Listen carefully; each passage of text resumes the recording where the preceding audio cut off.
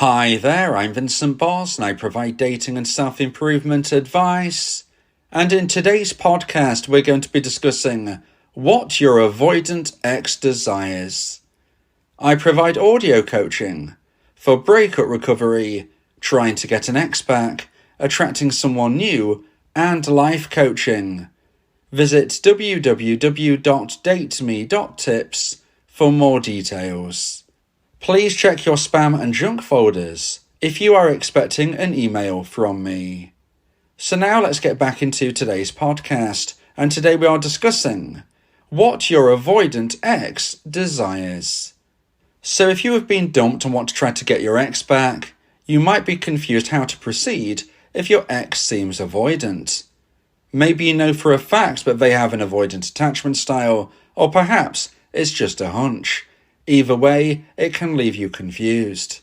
In today's podcast, I'll be discussing 3 needs your avoidant ex has. So let's get straight into this, and point number 1 is consistency. So remember these important words. Stick to what works. Okay, it might sound simple to say, but if you understand what worked before with your ex, this is very likely to help you move forward in a positive way as well. Now, please don't get me wrong. I'm not saying that you need to be exactly the same way that you were at the beginning of a relationship. Everybody grows, and you need to have grown as well. The person that you were when you first connected with your ex, well, that was the version 1 of you. And I do suggest you need to become a version 2.0 of yourself to grow as a person and to reattract your ex via the self-improvements you're putting in. However, when we're really thinking about avoidance and the avoidant mindset, it's really important to remember what worked when you first got together. So what you did at the beginning of a relationship that made your ex feel comfortable and secure should be consistent. So this isn't about being exactly the same way, the exact same person that you were when you first got together. Because as I said, you do need to show some growth, self-improvement, moving towards goals. You need to be a better person than they remember. However, regarding your avoidant ex, we do need to make sure that you do go back to what made your ex feel comfortable and secure at that time, because there is every possibility that unfortunately your breakup was somewhat based upon changes of how you related to one another. Now, maybe these were subtle changes over time, the slow development, the slow moving in different directions that possibly you both did. You both went on different journeys. You both started treating each other differently. And maybe the way you interacted with your ex towards the end wasn't how you did towards the beginning, in a way which made them feel safe due to their avoidant attachment style. So please don't get it confused about saying that you don't need to grow or whatever. You do need to grow. You do need to improve. You do need to be a better person than the person that attracted your ex. But it's really important just to focus upon those key elements regarding how you attracted your ex, how you were together, and what you did to make them feel comfortable and secure within your connection, with them having an avoidant attachment style. This is going to be very, very important. If you were always supportive and affectionate, then keep that up. It's well known that avoidants are nervous somewhat of too much emotion.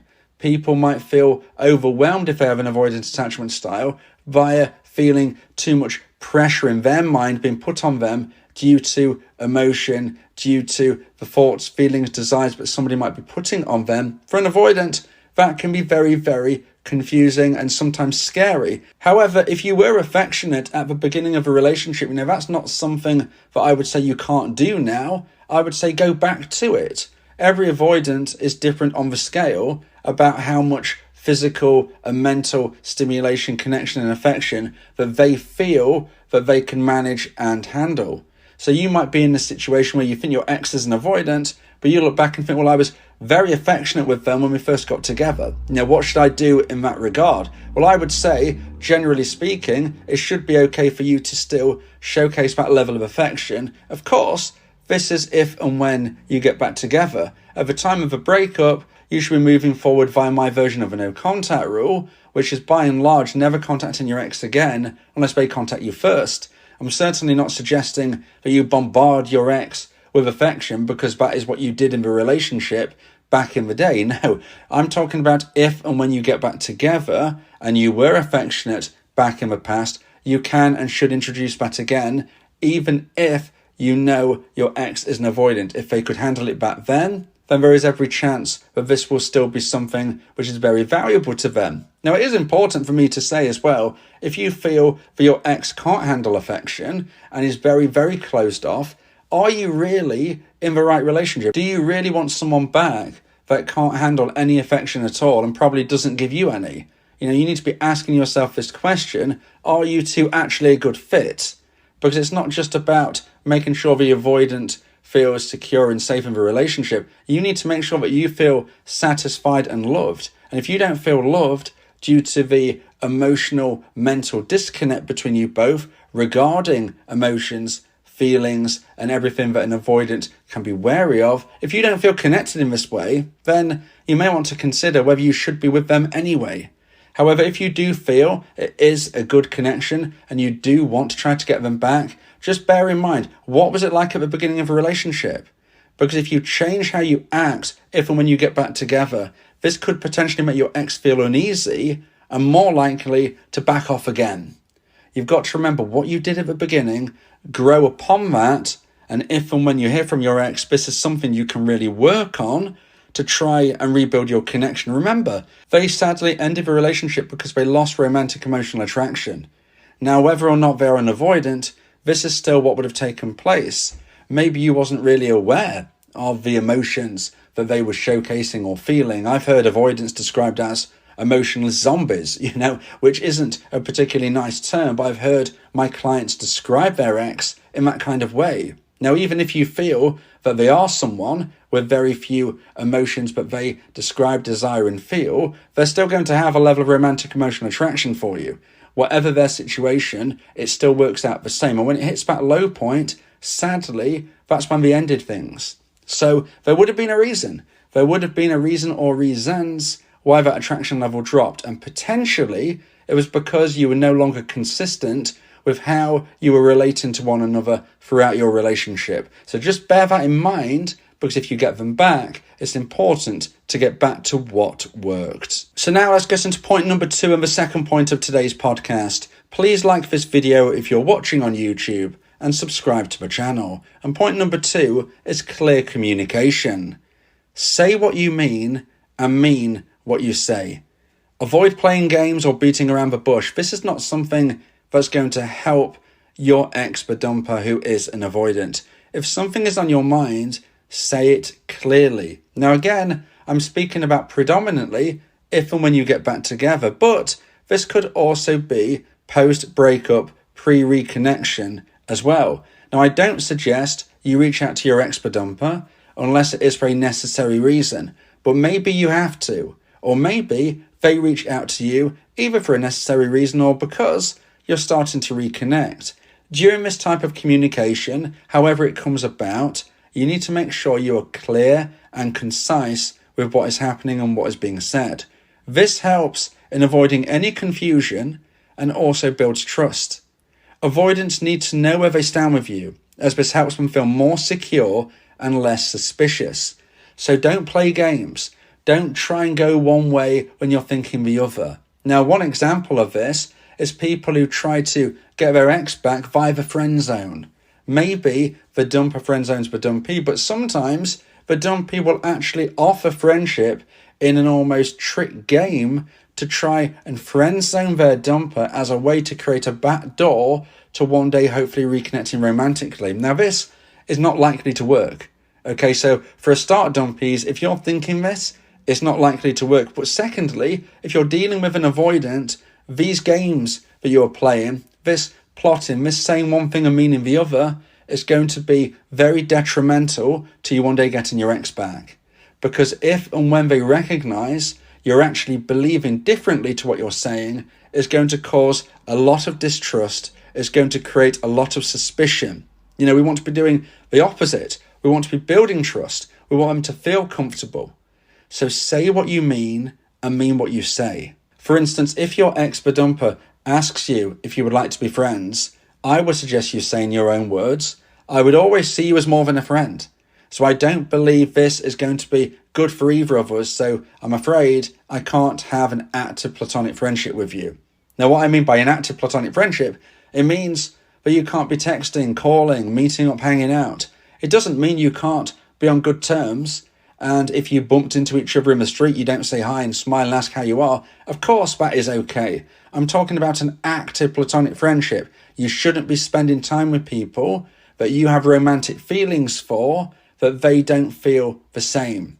You should only be spending time with one another if you both feel platonic or you both feel romantic. If one person feels different to the other, this is going to cause a lot of pain. So it doesn't have to be connected to friend zoning per se, but that was an example I wanted to give.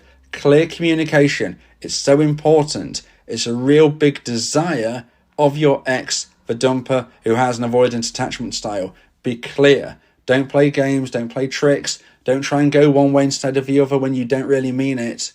Please be clear. Now, if you would like advice and support about how to try and increase the chance of one day getting your ex back, then you may want to consider my audio coaching service, where me and you can speak one-on-one about your unique specific situation. Go to my website, www.dateme.tips, for more information about how I can become your coach and your teammate via my audio coaching service. So now let's get into point number 3 and the final point of today's podcast about what your avoidant ex desires. And point number 3, and probably the most important of them all, is steady emotions. Avoidants can get overwhelmed by too much emotion from others. It's why they are known as having an avoidant attachment style. Now, if you're feeling needy or anxious, it's crucial not to let that dominate your interactions. Now, it's not just about making sure this doesn't dominate your interactions. It's important, if you haven't yet got back together, to make sure that it doesn't cause you to reach out to them in the first place. As I said earlier, as a dumpy, you should only reach out to your ex-dumper if it's for a necessary reason. If you left your work laptop at their house and you need it for work, that is when you reach out. It's a necessary reason. You don't reach out to them for something which is unnecessary.